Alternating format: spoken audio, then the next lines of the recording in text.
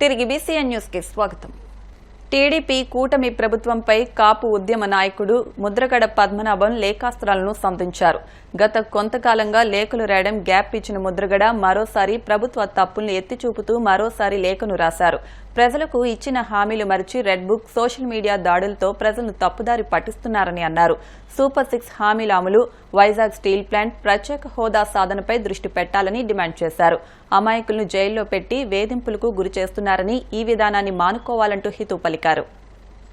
కూటమి పార్టీల నేతలు శాసనసభ స్థాయిని దిగజార్చేలా మాట్లాడారని, వైఎస్ జగన్ను కించపరిచేలా మాట్లాడడం సరికాదంటూ మాజీ మంత్రి అంబటి రాంబాబు మండిపడ్డారు. గురువారం ఆయన మీడియాతో మాట్లాడుతూ బెల్ట్ షాపులు పెడితే ఉక్కుపాదం మోపుతామన్నారని, కానీ రాష్ట్రంలో ఎక్కడ చూసినా బెల్ట్ షాపులే కనిపిస్తున్నాయని ఎద్దేవా చేశారు. గతంలో జగన్పై రఘురాం కృష్ణంరాజు అసభ్యకర వ్యాఖ్యలు చేశారని, జగన్ వ్యక్తిత్వాన్ని హననం చేసిన వ్యక్తిపై చర్యలు తీసుకుంటే తప్ప అని ప్రశ్నించారు. వైసీపీకి 11 సీట్లు రావడానికి కారణమైన కుట్ర అందరికీ తెలుసని, అందుకే చంద్రబాబు కూటమి నేతలు భయపడుతున్నారని ఎద్దేవా చేశారు. ఒక పచ్చి అబద్ధాన్ని చాలా నిజంలాగా మాట్లాడేటువంటి ప్రయత్నం, అద్భుతమైన నటన, ఒక సినిమా కథను చెప్పినట్టుగా చంద్రబాబు నాయుడు గారు చెప్తున్నారు. నేను శాసనసభలో జరిగిన తర్వాత ఈ ప్రెస్ నోట్కి ముందు దాన్ని చూశా. పవన్ కళ్యాణ్ గారు నిజంగా సినిమా హీరో, నటుడు అనుకుంటాం, కానీ పవన్ కళ్యాణ్ గారు ఏం చాలరు. చంద్రబాబు నాయుడు గారు ఆయన నటనకు కానీ, ఆయన జరిగినటువంటి ఆ తీరుని ఎక్స్ప్లెయిన్ చేసే విధానం, ఆయనే కళ్ళారా చూసినట్టుగా మన త్రిపులార్ గారిని, రఘురామకృష్ణరాజు గారిని ఏ విధంగా చిత్రహింసలు చేశారు, ఏ విధంగా వారి మీద ఎక్కి తొక్కేటటువంటి ప్రయత్నం చేశారు, ఇవన్నీ చెప్పుకుంటూ వచ్చారు. ఇవన్నీ పచ్చి అబద్ధాలని, అలాంటి కస్టోడియల్ టార్చర్ జరగలేదని నేను చెప్తున్న మాట కాదు, ఆ రోజు ప్రభుత్వం చెప్పిన మాట కాదు, ఆ రోజు పోలీసులు చెప్పిన మాట కాదు. సుప్రీంకోర్టు, సాక్షాత్తు సుప్రీంకోర్టుకు వెళ్ళి రఘురామకృష్ణరాజు గారు నా మీద టార్చర్ జరిగింది అంటే, నో, మేము దాన్ని నమ్మటం లేదని పక్కన పెట్టేశారు. దాన్ని మళ్ళీ తొవ్వి తీసేటటువంటి కార్యక్రమం చేసి ఒక ఎఫ్ఐఆర్ ఇచ్చారు. ఆ ఎఫ్ఐఆర్ రిజిస్టర్ చేశారు. జగన్మోహన్ రెడ్డి గారిని దానిలో ముద్దాయిగా పెట్టారు.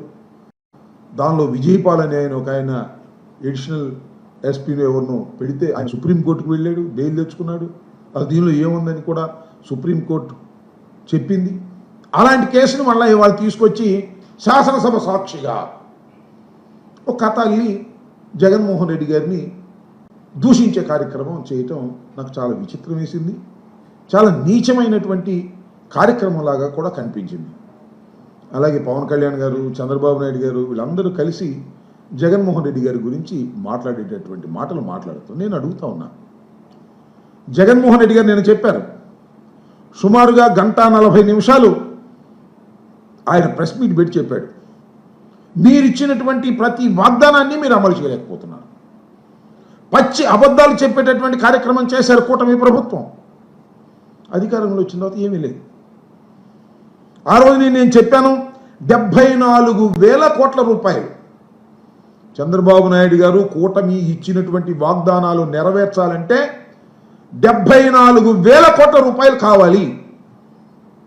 మీరు బడ్జెట్లో ఎంత పెట్టారండి? ఏమి లేదు. వాగ్దానాలను నెరవేర్చకపోగా పచ్చి అబద్ధాలు చెప్పి మోసం చేసి ఒక చీటర్ లాగా ఈ రాష్ట్ర ముఖ్యమంత్రి ప్రవర్తించాడు. ఎందుకు 420 ఐపీసీ కింద నీ మీద కేసు పెట్టకూడదు అనేటువంటి పద్ధతుల్లో వివరంగా సాక్ష్యాధారాలతో సహా జగన్మోహన్ రెడ్డి గారు చెప్తే దానికి శాసనసభలో సమాధానం చెప్పే పనే లేదు. రాష్ట్రంలో కూటమి ప్రభుత్వం సూపర్ 6 పథకాలను అమలు చేయడంలో పూర్తిగా విఫలమైందని సిపిఎం రాష్ట్ర కార్యవర్గ సభ్యుడు గఫూర్ విమర్శించారు. రాష్ట్ర కమిటీ పిలుపు మేరకు వైఎస్సార్ కడప జిల్లా కలెక్టర్ కార్యాలయం ఎదుట సిపిఎం ఆధ్వర్యంలో ఆందోళన నిర్వహించారు. రాష్ట్ర వ్యాప్తంగా పెంచిన విద్యుత్ ట్రూ యాప్ ఛార్జీల అమలును ఉపసంహరించుకోవాలని డిమాండ్ చేశారు. రాష్ట్ర ప్రభుత్వానికి వ్యతిరేకంగా నినాదాలు చేస్తూ ఎన్నికల సమయంలో ప్రజలకు ఇచ్చిన సూపర్ 6 పథకాలు అమలు చేయాలని డిమాండ్ చేశారు. విభజన హామీల్లో భాగంగా జిల్లాకు ఇచ్చిన ఉక్కు పరిశ్రమ నిర్మాణం వెంటనే చేపట్టాలని డిమాండ్ చేశారు. సూపర్ 6 పథకాల అమలుకు భవిష్యత్తులో ఉద్యమాలను ఉధృతం చేస్తామని హెచ్చరించారు. రాజకీయ కార్యక్రమంగా మేము ఈ ధరలు, నిరుద్యోగము, ఈ సమస్యల మీద కేంద్ర ప్రభుత్వం దృష్టికి తీసుకొని రావాలని దేశవ్యాప్తంగా ఆందోళన చేస్తున్నాం. వారం రోజుల పాటు అన్ని గ్రామాలు పట్టణాల్లో తిరిగి అన్ని ప్రధానమైనటువంటి కేంద్రాల్లో ధర్నాలు జరుగుతున్నాయి. మన రాష్ట్రం వరకు వచ్చినప్పుడు రాష్ట్ర ప్రభుత్వం కూడా, ఎందుకంటే కూటమి ప్రభుత్వం మొన్ననే వచ్చింది, 4-5 నెలలు అయింది. అయితే వాళ్ళ ఆలోచన ధోరణి వాళ్ళు అనొచ్చు వెంటనే మమ్మల్ని విమర్శిస్తున్నారని, కానీ మీ పని మొత్తం చూసినప్పుడు అన్నం అంతా ఉడికేంత వరకు ఉండాల్సిన పని లేదు. కడప జిల్లాలో ఎన్ని కరువు మండలాలు ప్రకటించారని అడుగుతున్నాం మేము. ఇప్పుడు అనంతపురం జిల్లాలో, సత్సాయి జిల్లాలో పరిస్థితి కూడా అట్లాగే ఉంది. అంటే రాయలసీమలో ఉన్నదే కరువు, ఏదైనా నీటిపారుదల గ్యారెంటీగా ఉండేటువంటి ప్రాంతం తప్ప మిగతా అంతా కరువే. ఇప్పుడు నీటిపారుదల ప్రాజెక్టు కింద ఉండేటువంటి భూములు కూడా ఈ సంవత్సరం పచ్చి కరువు, విపరీతంగా వర్షాలు పడి పంటలు కూలిపోయినాయి. కాబట్టి కరువు మండలాల ప్రకటనలోనే మాకు అన్యాయం జరుగుతుంది ఈ ప్రాంతంలో, వెనుకబడ్డ ప్రాంతంలో అనేసి ప్రభుత్వం దృష్టికి తీసుకొని వస్తున్నాం.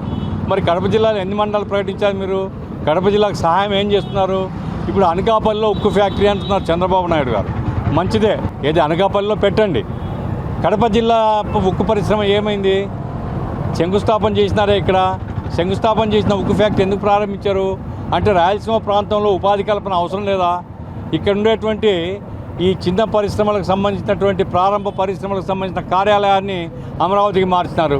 ఎందుకు మార్చినారు అడుగుతున్నారు. మీరు కావాల్సింటే అమరావతిలో పెట్టుకోండి, కేంద్ర ప్రభుత్వంతో శాంక్షన్ చేయించుకోండి, కానీ ఉండేదాన్ని ఇక్కడ నుంచి తీసుకొని పోవడం ఏం పద్ధతి? ఆ రకంగా ఏంటంటే వెనుకబడ్డ ప్రాంతాల యొక్క అభివృద్ధి కానీ, వెనుకబడ్డ ప్రాంతాల యొక్క ప్రజల సమస్యల పరిష్కారం విషయంలో కానీ ప్రభుత్వానికి శ్రద్ధ లేదు, అది చూపడం లేదు. కాబట్టి ఈరోజు మా ధర్నాలో మేము ప్రధానంగా డిమాండ్ చేస్తున్నామంటే కరువు మండలాల్ని కడపలో ఒక కేసీ కెనాల్ ప్రాంతం తప్ప మిగతా అంతా కరువు మండలాలుగా ఉన్నాయి, తక్షణం ప్రకటించండి. తర్వాత స్మార్ట్ మీటర్లు పెడతామంటున్నారు. జగన్మోహన్ రెడ్డి పెడతానన్నప్పుడు వ్యతిరేకించాం మేము. ఈరోజు నువ్వు పెడితే మేము ఎట్లా ఒప్పుకుంటాము? కాబట్టి స్మార్ట్ మీటర్లను పెట్టము అని ప్రకటించండి. అట్లాగే రాష్ట్ర ప్రభుత్వము వెనుకబడ్డ ప్రాంతాలకు సంబంధించినటువంటి నిధులు కేంద్ర ప్రభుత్వంతో రాబట్టాలి. ఇప్పుడు పోలవరం కోసం నువ్వు పోయి ప్రయత్నాలు చేస్తున్నావు కదా, మంచిదే, నువ్వు రాష్ట్రాన్ని నిధులు తీసుకుని రా. వెనుకబడ్డ ప్రాంతాలకు సంబంధించి కూడా కేంద్ర ప్రభుత్వం హామీ ఇచ్చింది కదా, విభజన చట్టంలో ఉంది, వెనుకబడ్డ ప్రాంతాలకు రాయలసీమ ఉత్తరాంధ్రకు మేము ప్రత్యేకంగా నిధులు ఇస్తామని ఎందుకు అడగరని మేము అడుగుతున్నాం కూటమి ప్రభుత్వం. రోడ్డు ప్రమాదాల నియంత్రణ, రోడ్డు భద్రతపై అవగాహన కార్యక్రమాల్లో భాగంగా కాకినాడ పోలీస్ కళ్యాణ మండపంలో ఎస్పీ విక్రాంత్ పాటిల్ ఆధ్వర్యంలో ప్రత్యేక కార్యక్రమం నిర్వహించారు. కాకినాడ జిల్లాలోని పోలీస్ స్టేషన్ల ఎస్హెచ్ఓలు, రోడ్ సేఫ్టీ వాహన అధికారులు సిబ్బందికి అవగాహన కల్పించారు. ఈ కార్యక్రమానికి కలెక్టర్ షణ్మోహన్ సగిలి ముఖ్య అతిథిగా హాజరై రోడ్డు ప్రమాదాలు జరిగినప్పుడు క్షతగాతులను హాస్పిటల్కు తరలించే సమయంలో తీసుకోవాల్సిన జాగ్రత్తలు, ప్రథమ చికిత్స, గోల్డెన్ హవర్ ప్రాముఖ్యత, సిపిఆర్ విధానం తదితర అంశాలపై పోలీసు అధికారులకు ప్రజెంటేషన్ ద్వారా అవగాహన కల్పించారు. ఈ కార్యక్రమంలో ఎస్పీతో పాటు కాకినాడ జిల్లా additional SP admin MJV Bhaskar Rao, Kakinada STPO రఘువీర్ విష్ణు తదితరులు పాల్గొన్నారు.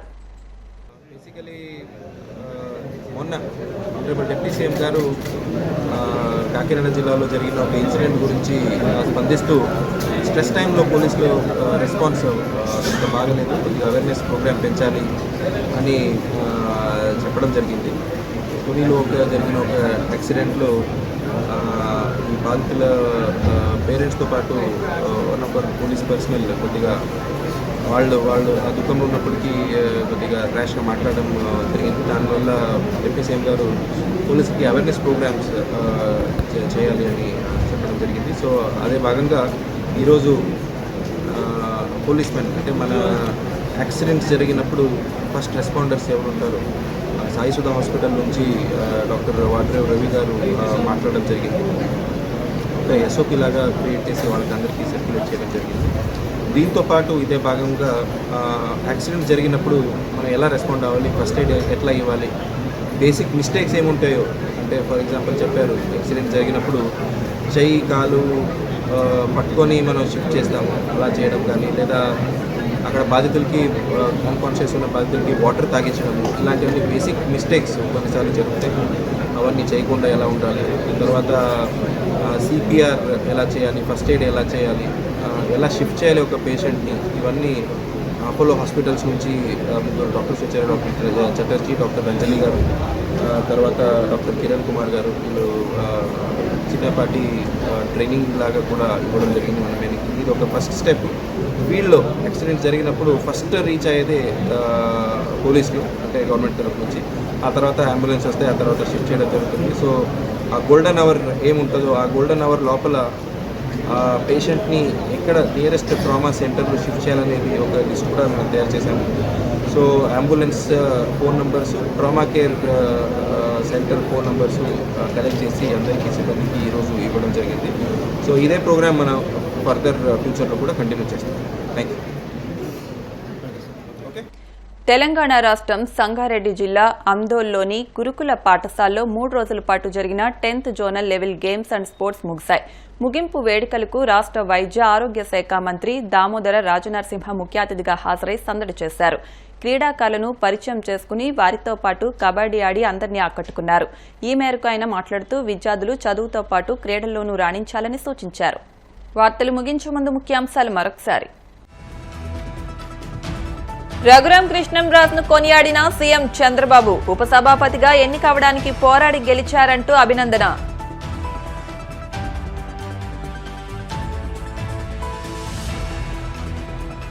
గత రాజకీయాలు నేరమయమన్న డిప్యూటీ సీఎం పవన్, ప్రజాపాలన అంటే ఏమిటో చూపిద్దామంటూ ఎమ్మెల్యేలకు పిలుపు.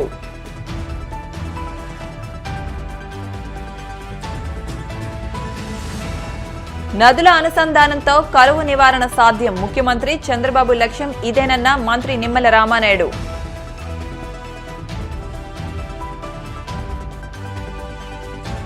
టీడీపీ కూటమి ప్రభుత్వంపై కాపు ఉద్యమ నేత ముద్రగడ లేఖాస్త్రాలు, ఇచ్చిన హామీల అమలు కోసం పనిచేయాలంటూ పిలుపు.